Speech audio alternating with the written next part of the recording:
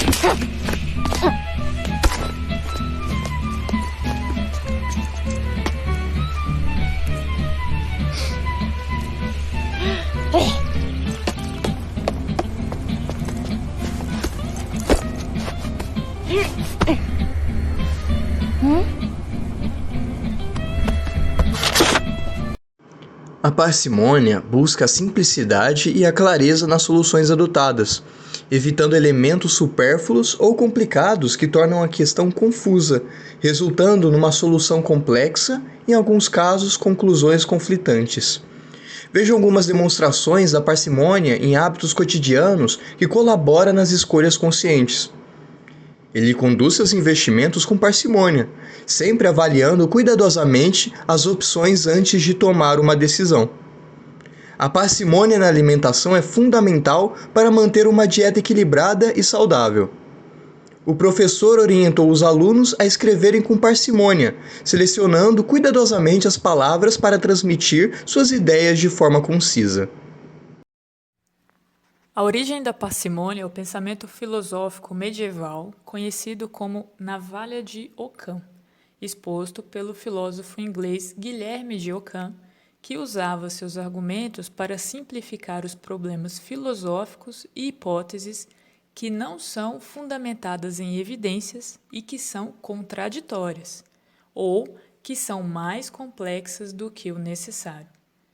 A parcimônia, ou navalha de Ockham, não garante que a explicação mais simples é sempre a verdadeira ou a melhor. Nem sempre é aplicável. Vejam 2 exemplos. 1. Aposta na Mega Sena. 2.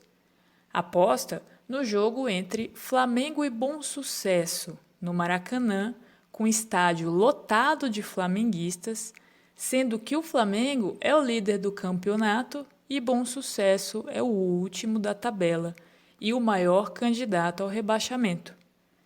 Em um caso, a parcimônia é aplicável, na outra, não.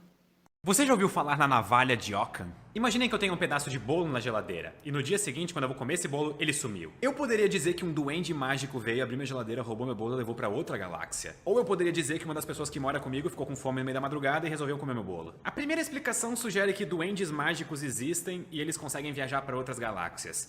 Isso parece meio demais, né? Seria mais simples e econômico simplesmente assumir que alguém ficou com fome e comeu meu bolo, e não assumir a existência de duendes mágicos que fazem viagens intergalácticas e, por algum motivo, gostam de bolos humanos. Mas por que assim? Entidades não devem ser multiplicadas além do necessário. Esse é o princípio conhecido como navalha de Ockham. A ideia é que explicações simples e econômicas são preferíveis às explicações complexas e custosas. E esse é um processo muito utilizado na escolha de teorias científicas, já que é muito mais fácil de verificar poucas explicações simples do que muitas explicações complexas.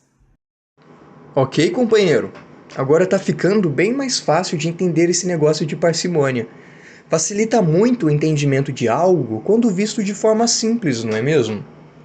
Mas voltando ao vídeo que apresentamos no começo, será que aquela senhora estava realmente sendo lesada por aquele rapaz rebelde da estação de trem?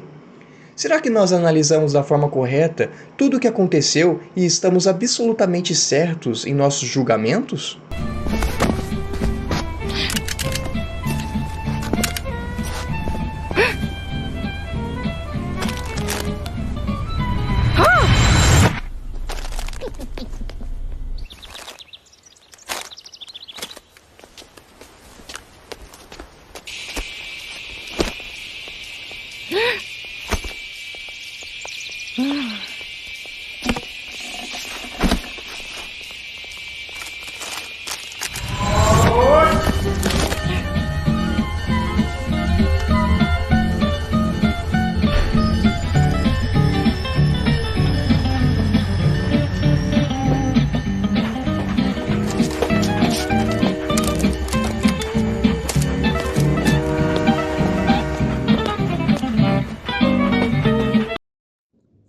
Mas isso pode acontecer com todos nós? Sim, a todo momento somos influenciados por julgamentos incorretos, por injustiças e principalmente por conclusões incorretas baseadas em erros de julgamento. Vamos então entender o conceito budista que nos ajuda a conduzir com sabedoria a nossa vida e que está diretamente relacionado ao pensamento da parcimônia, o caminho do meio. Neste princípio exposto pelo budismo Nichiren, a palavra meio refere-se à conciliação e ao equilíbrio, e não está relacionada à falta de garra ou mesmo ao comodismo. Ter uma postura de ficar em cima do muro ou fazer as coisas pela metade não tem nenhuma relação com o conceito de caminho do meio. O caminho do meio é um conceito que implica uma visão equilibrada da vida e oferece aos praticantes o desenvolvimento no controle dos impulsos através da análise correta das causas, afetando positivamente o comportamento das pessoas. Companheiros, mas então como é possível, através deste caminho do meio, a gente conseguir reunir condições de parcimônia e autocontrole para tomar uma decisão sensata diante de alguma questão que se apresente em nossa vida e que exige uma decisão correta para que nós ou qualquer outra pessoa caia no caminho do sofrimento? Através da nossa prática, evidentemente, mas preste atenção nessa imagem. Essa é a representação gráfica do Nam-myoho Renge-kyo no Gohonzon. A localização no meio do Gohonzon indica um divisor de água, um momento de decisão diante de duas realidades, ou seja, esse posicionamento gráfico do Nam-myoho Renge-kyo é a própria condição em que o praticante deve se posicionar ao tomar uma decisão. no caminho do meio, de forma sensata e sempre baseando-se na prática do Nam-myoho Renge-kyo. O sentimento que deve nos impulsionar é a benevolência budista que anseia erradicar a miséria enraizada dentro da vida das pessoas que estão sob a influência dos ensinos superficiais. Sakyamuni, mesmo cercado de materialismo, conforto e segurança, jamais conseguiu encontrar a verdadeira felicidade. Então, radicalizou e procurou outro extremo, o total desapego com qualquer aspecto material. Desta forma, ele conheceu o outro extremo da vida. Milhares de anos depois, com base nos ensinamentos do Sutra de Lótus, Nichiren Daishonin definiu o caminho do meio, como o próprio Nam-myoho Renge-kyo, e ensinou essa frase para que todos possam harmonizar suas vidas com o ambiente e obter energia, despertando para a mais profunda verdade da vida. Por isso, sua mensagem para que encontrem um caminho do meio é tão fundamental em nossas vidas. Desta forma, notamos que o caminho do meio significa, acima de tudo, bom senso ou parcimônia. Notaram como é importante conhecer os fundamentos da parcimônia e aplicá-los em nosso cotidiano?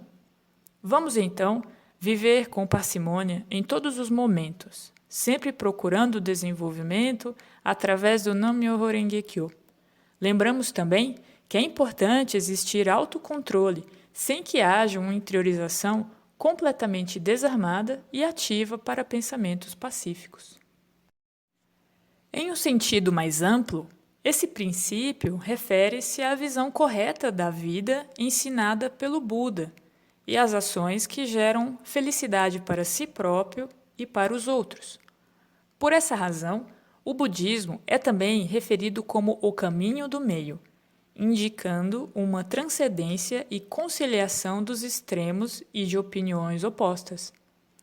Trazendo para situações do nosso cotidiano, podemos perceber a aplicação desse conceito de várias formas, por meio de bom senso, de atitudes sábias em relação a determinadas questões, por não optarmos pelo radicalismo, e, em determinadas situações, por respeitarmos as individualidades, por buscar o consenso e não a imposição, entre outras formas.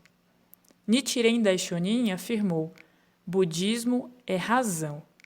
Isso significa que a forma de aplicar o conceito do caminho do meio dependerá de cada situação.